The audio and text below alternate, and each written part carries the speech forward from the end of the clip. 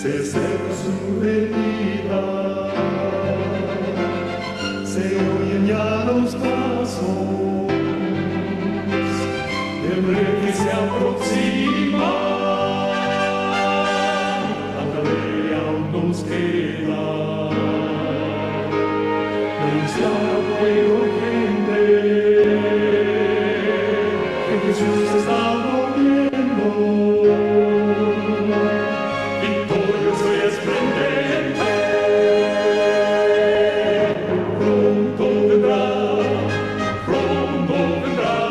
Gloria a Dios, mis hermanos. Para mí es una vez más un gozo y un privilegio poder tener la palabra del Señor. No hay un privilegio más grande para el ser humano, el poder ser parte, el poder ser partícipe de esa obra tan maravillosa que el Señor inició mucho antes de la creación del mundo. Dios es bueno. Cuenta una historia que sé que muchos de ustedes han escuchado, de un hombre que decidió ir a visitar a un amigo que tenía mucho tiempo de no haberlo visto, un amigo que habían pasado décadas sin haberse vuelto a ver, y este hombre decidió finalmente ir a visitar a su amigo. Al llegar a la casa de su amigo decidió mostrarle la casa donde vivía, y luego de mostrarle su casa, decidió subirlo a la azotea de la casa. Estando en la azotea de la casa, le mostró hacia el norte y le dijo: mira, mi amigo, en este tiempo donde no te había visto, quiero mostrarle todo lo que adquirí. Si miras al norte hasta donde tus ojos pueden ver, todo eso es mío. Volteándose al sur también hizo lo mismo, le dijo: hasta donde tus ojos pueden alcanzar a ver, todo también es mío. Hizo lo mismo también al este y al oeste. El hombre estaba contento y satisfecho de todas las cosas y todas las riquezas que había podido obtener en el tiempo. El amigo lo miró a los ojos y le dijo: amigo, mira hacia el cielo. ¿Tienes algo allá? El hombre de inmediatamente bajó su cabeza, sin saber nada que decir. Mis hermanos, es tiempo de que nosotros, como pueblo de Dios, empecemos a hacer nuestros ahorros en el cielo.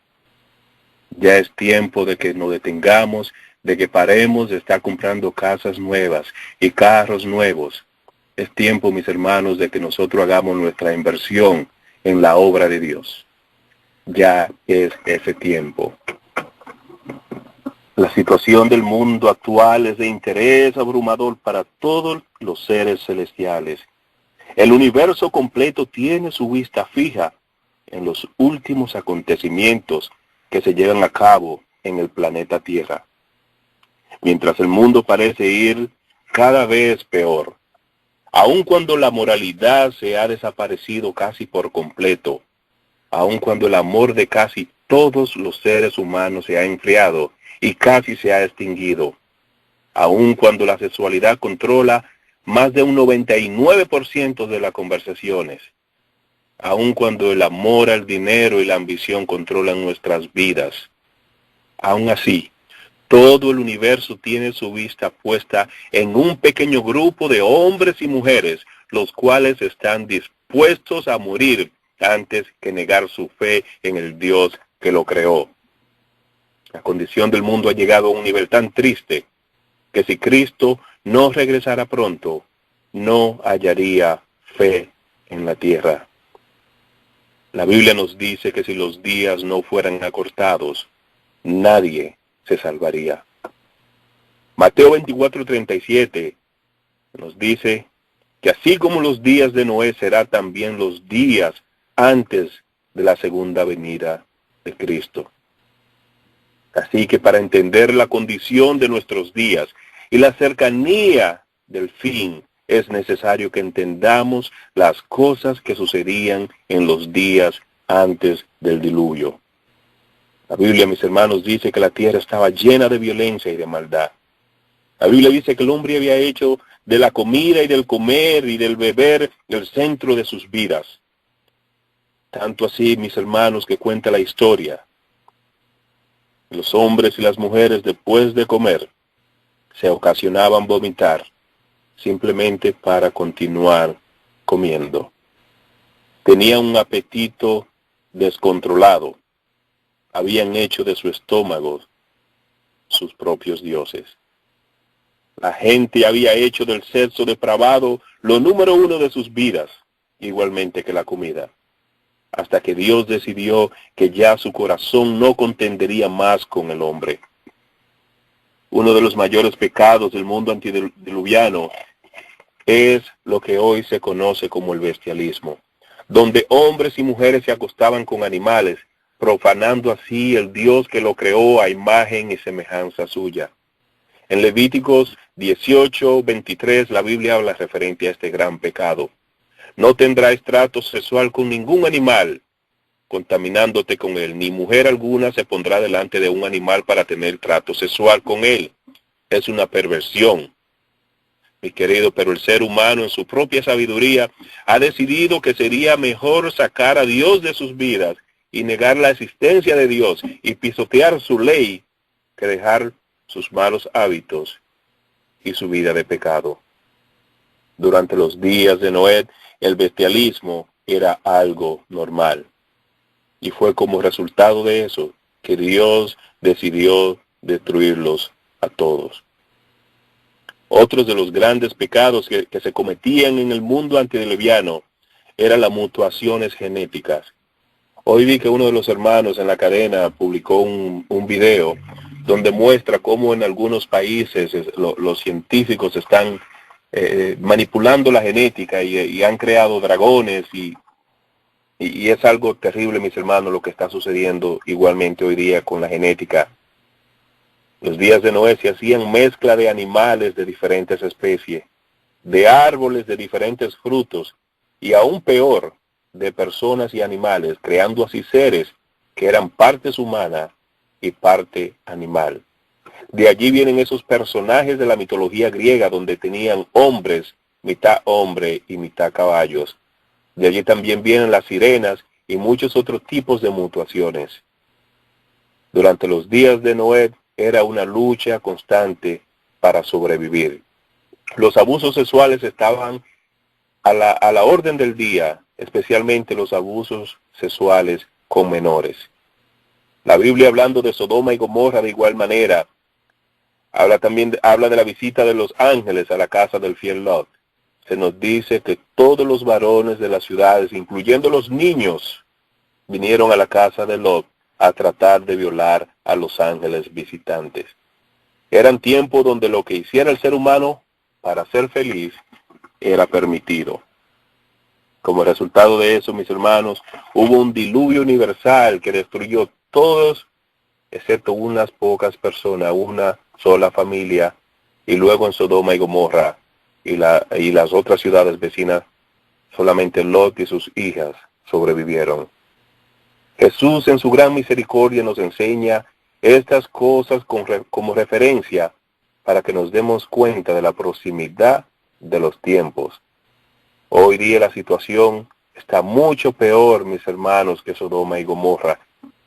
Está mucho peor que durante los días de Noé, cuando Dios decidió terminar el mundo.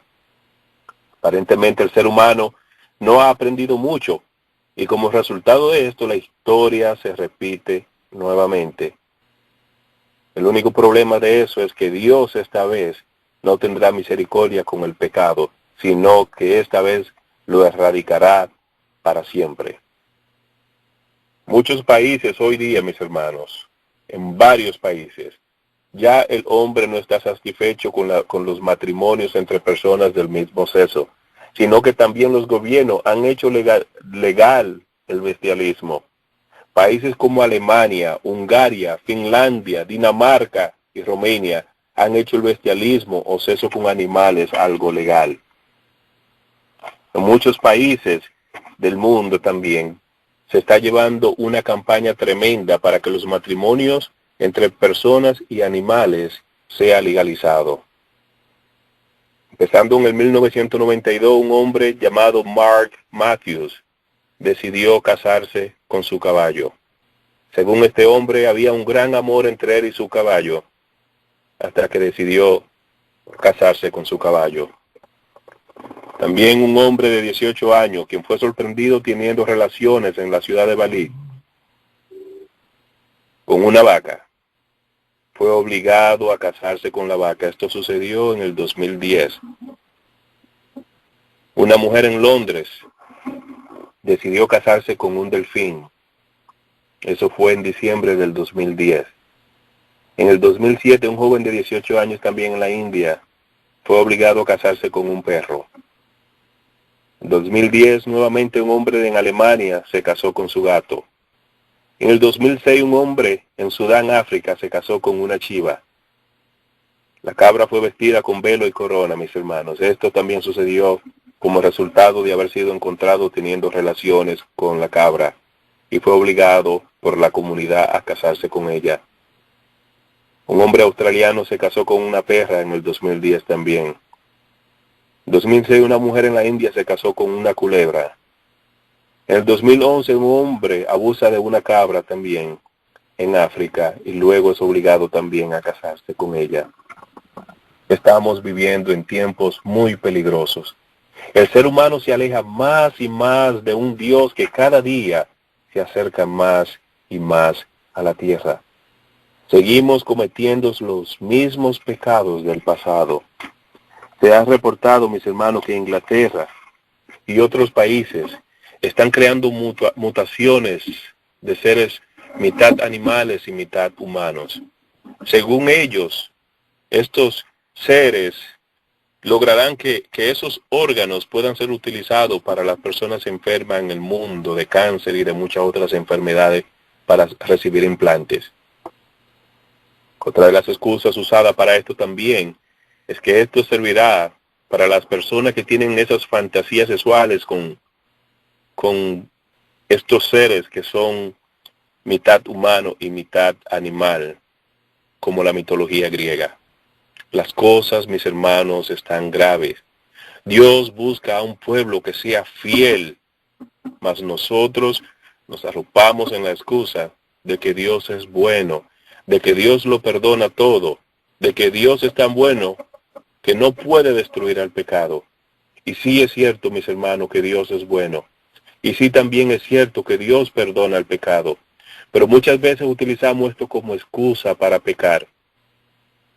Judas, en versículos 5 y 6 nos dice que aunque ustedes ya lo saben, quiero recordarles que cuando el Señor salvó al pueblo y lo sacó de Egipto, destruyó a los que no creyeron, incluso a los ángeles que no cuidaron su dignidad, sino que abandonaron su propia mansión, los ha retenido para siempre en prisiones oscuras para el juicio del gran día.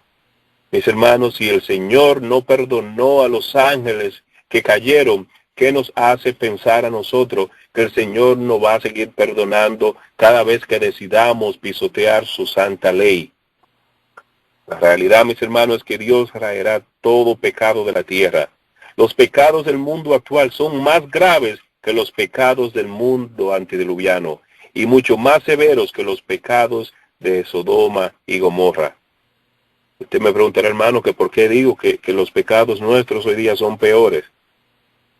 Mis hermanos, nosotros vivimos en una sociedad donde decimos ser cristianos y vivimos como demonios. La mayoría de estos pecados abominables los están haciendo países que se llaman a sí mismos cristianos, sociedades que supuestamente son cristianas, las comunidades cristianas y aún peor las iglesias cristianas. Hombres y mujeres que llevan el nombre de Dios en sus hombros y en su frente son la mayoría de los transgresores de la misma ley de Dios. No nos damos cuenta de la majestad y de la santidad de la ley del Dios Todopoderoso y utilizamos la misericordia de Dios para justificar nuestras acciones depravadas. La sierva del Señor, en palabra de vida del gran maestro, nos dice lo siguiente: el no estar 100% salvos significa estar 100% perdido.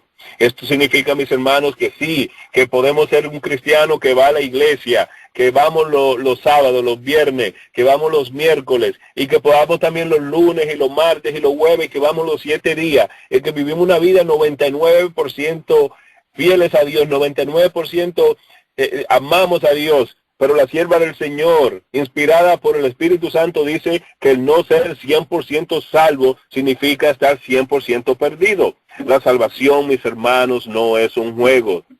No podemos decir que vamos a hacer lo que podamos y que lo demás Dios lo hará por nosotros. Eso no es cierto.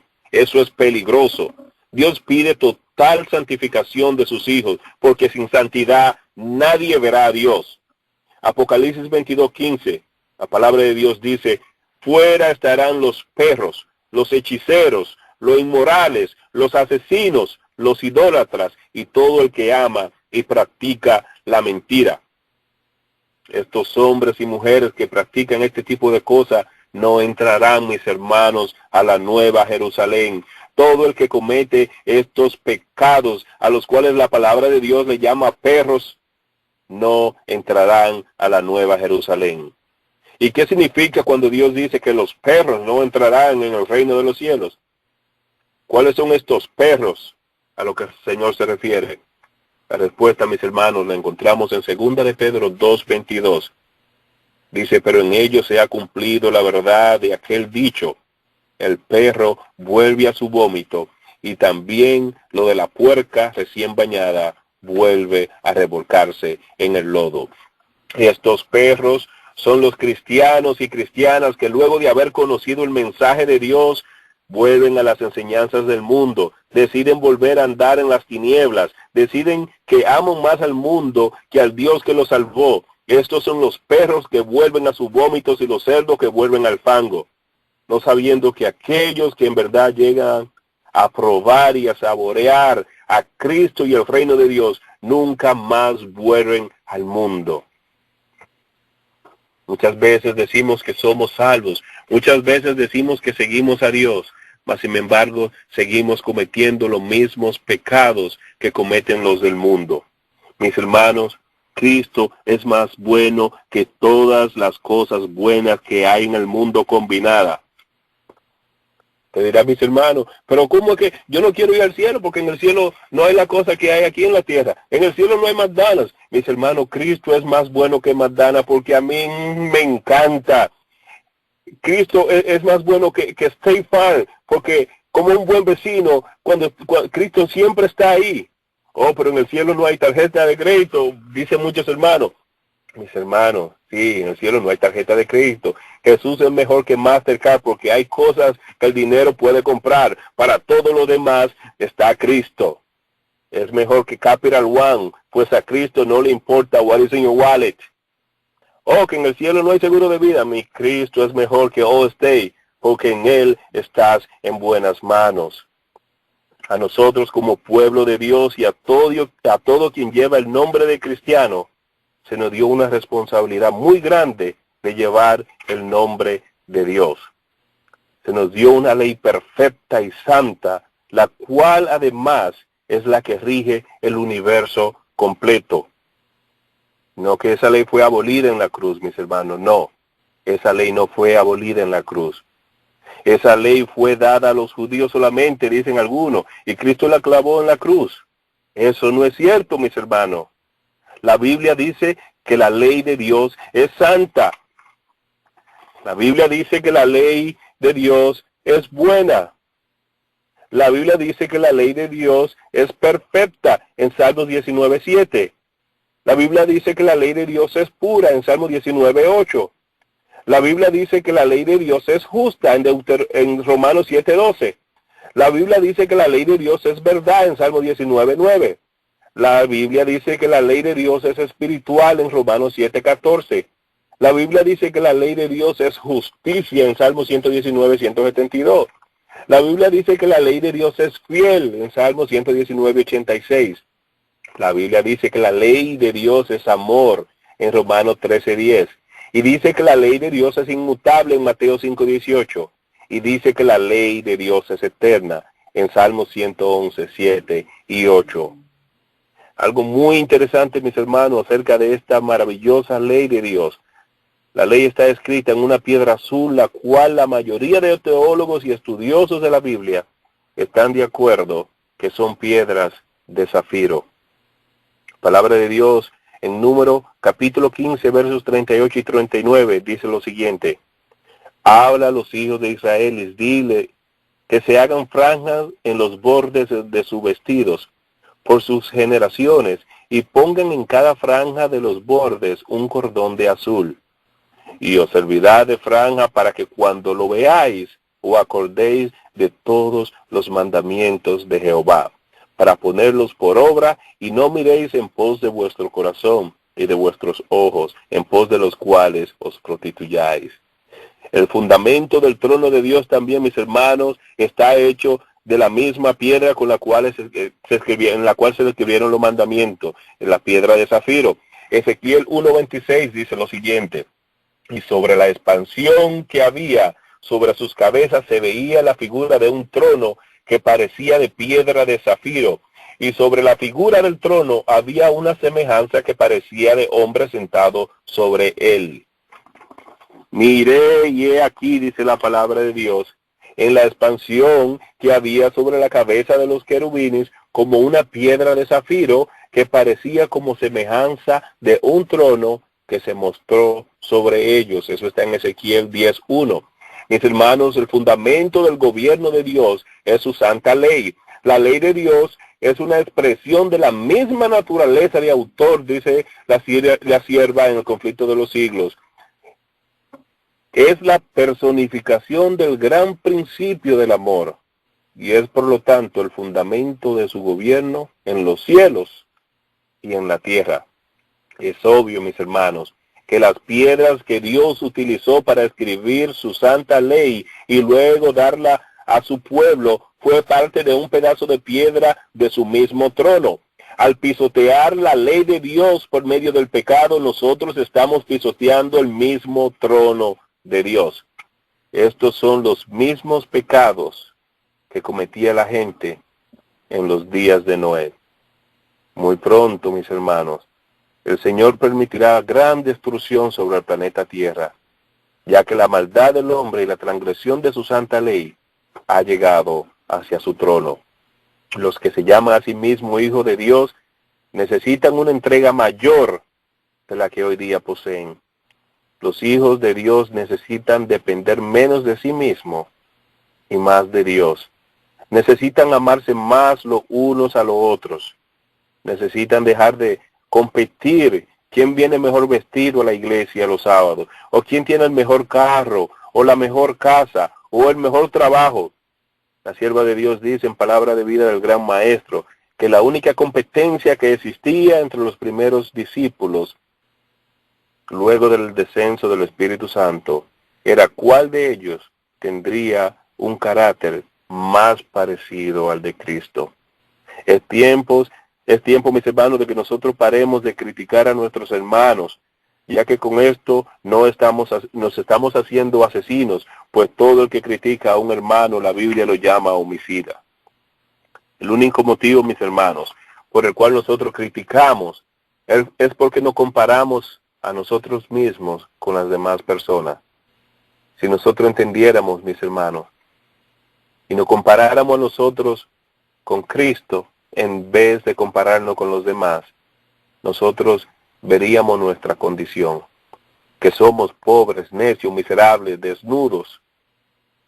Nuestra única salvación en los tiempos peligrosos que se aproximan será una confianza total en Dios, una dependencia total en Cristo y una desconfianza total en nosotros mismos y en el yo. La sierva del Señor, otra vez en palabra de vida del gran maestro, página 63, dice lo siguiente: esos que el cielo considera y reconoce santos son los que en realidad menos presumen de sí mismos. Lo voy a repetir una vez más, mis hermanos. Esos que el cielo considera y reconoce como santos son los que en realidad menos presumen de sí mismos. Estos son hombres y mujeres que confían 100% en el Señor. Son hombres y mujeres que depositan su confianza 100% en el Señor. Son hombres y mujeres que cuando se levantan todos los días por la mañana buscan al Señor en oración. Son los que piden al Señor que provea todas sus necesidades físicas, mentales, económicas, son gente que confían en su Dios.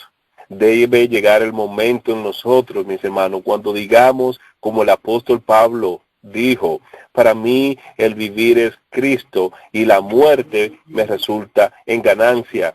Necesitamos decir también, con Cristo estoy juntamente crucificado y ya no vivo yo, sino que Cristo vive en mí. Debemos, mis hermanos, exaltar su santa ley y su santo y divino nombre y proclamarlo a un mundo que ha decidido clavar la ley de Dios en una cruz para ya no tener que cumplirlo. Los grandes líderes mundiales están de acuerdo que el mundo está al punto del precipicio, que solo hace falta un desastre mundial de gran magnitud para que el nuevo orden mundial entre en vigor y nuestras libertades sean 100% arrebatadas. Hoy es necesario que los hijos de Dios se preparen espiritualmente para las cosas que vienen. Es necesario, mis hermanos, que prediquemos que Cristo viene pronto. La preparación que necesitamos no es de comprar una casa más grande, no es de comprar un carro más grande, no es de ahorrar más dinero, de conseguir más dinero. La preparación que necesitamos es una entrega completa al Dios que nos creó, al Dios que nos hizo. Necesitamos, mis hermanos, ensalzar la ley de Dios. Mis hermanos, es triste que hay muchas personas, miles y millones de personas, que aún tienen la creencia de que la ley de Dios fue invalidada en la cruz. Y nosotros, mis hermanos, hacemos pocos. Estamos esperando que los pastores y que los líderes, que los presidentes de conferencias y los líderes departamentales tomen la iniciativa para convencer al mundo de que la ley de Dios es santa y de que es buena. Mis hermanos, no es así. Ese es el trabajo de cada uno de nosotros. Es nuestro trabajo, es nuestra responsabilidad decirle al mundo que la ley de Dios es santa y que la ley de Dios es buena. Oh, pero es que yo no sé hablar con la gente. Mis hermanos, no es necesidad de hablar. Con nuestra manera de vivir, con nuestro carácter, es más que suficiente. Hace unas semanas estuve caminando por una calle del Bronx. Iba a tomar el tren para llegar a mi lugar de trabajo. Mientras caminaba en la calle, mis hermanos, vi a una persona que estaba vendiendo unos libros en la calle. Cuando vi los libros puestos sobre la mesa, decidí acercarme porque al tomar el tren quería ir leyendo algo, a ver si tenía algo que era de mi interés. Al acercarme, noté que los libros que estaban sobre la mesa eran libros de la hermana White. Estaban El conflicto de los siglos, Palabra de vida del gran maestro y muchos otros libros. Cuando miré a la persona que vendía los libros, no pude creer el semblante que tenía esa persona. Esa persona tenía un carácter como no lo había visto en mucho tiempo, mis hermanos. De inmediatamente yo sabía que ese era un siervo de Dios. Era una persona que reflejaba un carácter de santidad. En ese momento dije, oh Padre, eso es lo que yo quiero. Esto es lo que debe tener todo hijo de Dios. Un carácter que cualquier persona que nos vea de inmediato sepa que este o esta es un hijo o una hija de Dios. Necesitamos, mis hermanos, morir cada día más al yo. O que el hermano me está criticando, que el hermano está diciendo que yo soy, o que yo no soy, o que yo no soy cristiana, o que no predico, o que no hago esto, o que canto mal, o que he visto mal. Mis hermanos, eso no importa. Cuando usted ve a una persona que acaba de morir, si usted toma un lápiz o toma con su dedo y usted puya a esa persona no va a tener ninguna reacción, porque esa persona ya está muerta. De la misma manera nosotros necesitamos estar muertos al pecado, que cuando el diablo venga a puncharnos con las críticas y con las murmuraciones, no nos cause ningún efecto. Y nosotros podamos decir, con Cristo estoy crucificado y ya no vivo yo, sino que vive Cristo en mí. No hace falta, mis hermanos, morir más al yo para que Cristo viva más en nosotros. Mis hermanos, todas las señales que no han sido dadas se están cumpliendo de una manera acelerada. Solo falta muy poco, mis hermanos. Solo falta que los Estados Unidos infunda aliento a la imagen de la bestia, la cual ya ha sido creada en los Estados Unidos. La imagen de la bestia, mis hermanos, ya ha sido formada en los Estados Unidos.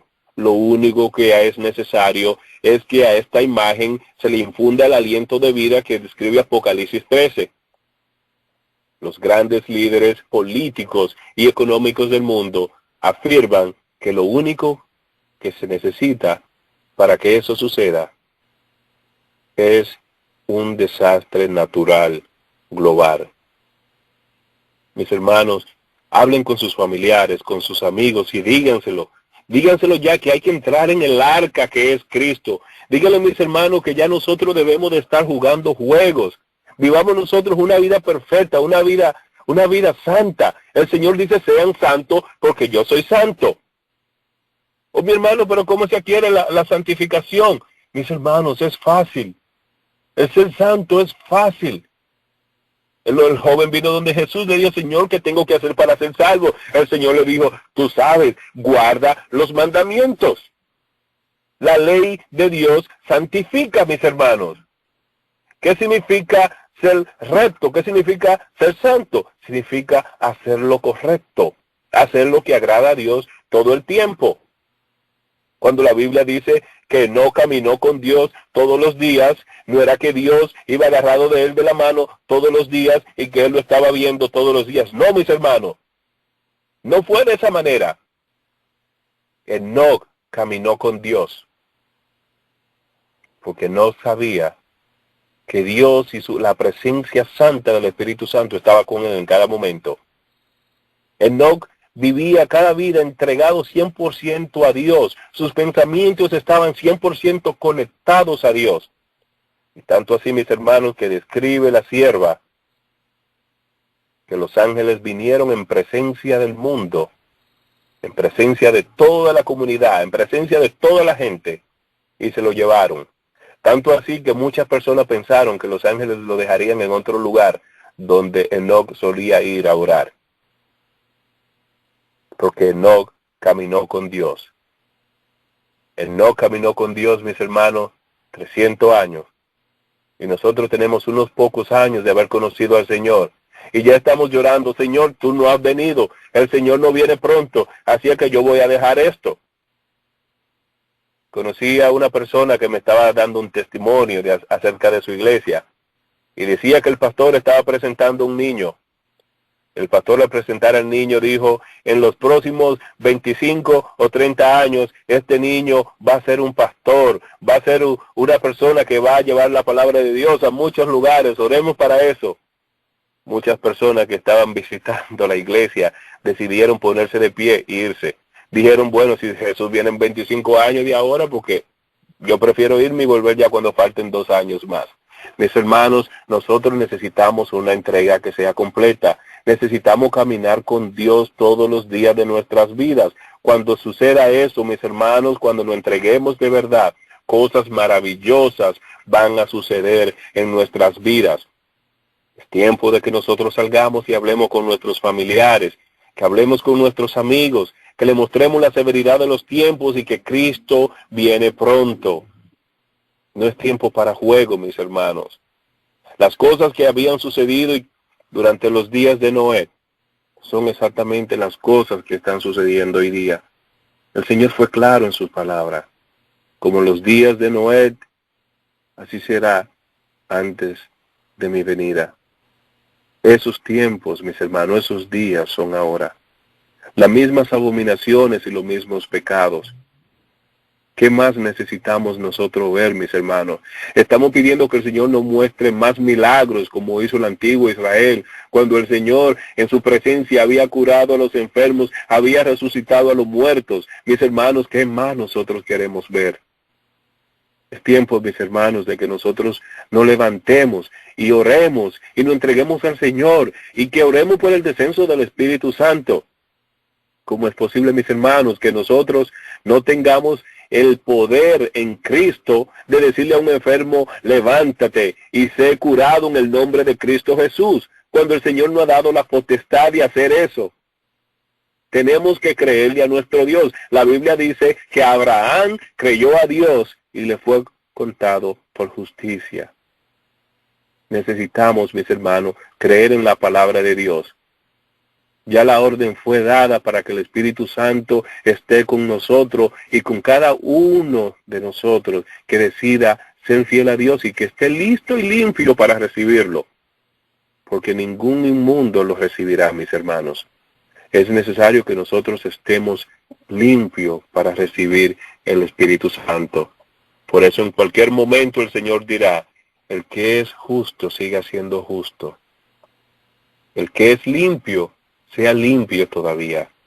Porque el Señor está buscando hombres y mujeres que estén listos y dispuestos para entregarse 100% y para recibir su Espíritu, para por medio de ellos el Señor bendecir a las naciones, por medio de ellos el Señor sanar a los enfermos y resucitar a los muertos. Mis hermanos, es tiempo de que hablemos con nuestros familiares y que nuestros amigos. No es posible que nuestros hermanos estén perdiendo nuestras propias casas cuando nosotros tenemos la salvación que es en Cristo Jesús. Hablemos con ellos, mis hermanos. Mostrémosle con la Biblia dónde estamos viviendo, en los tiempos que estamos viviendo, las cosas que están sucediendo. Mostrémosle la verdad presente, mis hermanos. Ya es tiempo de que nosotros le creamos a Dios. Con una historia, mis hermanos, voy a terminar. Apelando, mis hermanos, que haya una entrega más total en cada uno de nosotros. Cuenta la historia que un joven estaba parado enfrente de su casa. Mientras estaba parado, un ángel venía por el camino, y el ángel al verlo se acercó a él, y el ángel le dice, ¿quieres venir conmigo y trabajar para el Señor? El joven lo miró a los ojos y le dijo, oh no, yo estoy muy joven todavía, quizá en otra ocasión. El ángel siguió su camino. Luego de unos años, el ángel volvió una vez más y encontró nuevamente al joven enfrente de su casa. Y el ángel una vez más le dijo, ¿ahora estás listo? ¿Quieres venir a trabajar conmigo para el Señor? El joven le dijo, no, todavía estoy muy joven. Luego, más luego, vuelve quizá en otra ocasión. El ángel nuevamente se fue, y así el ángel volvió en 3 más ocasiones. Pasó el tiempo, mis hermanos, y ya este joven no era joven.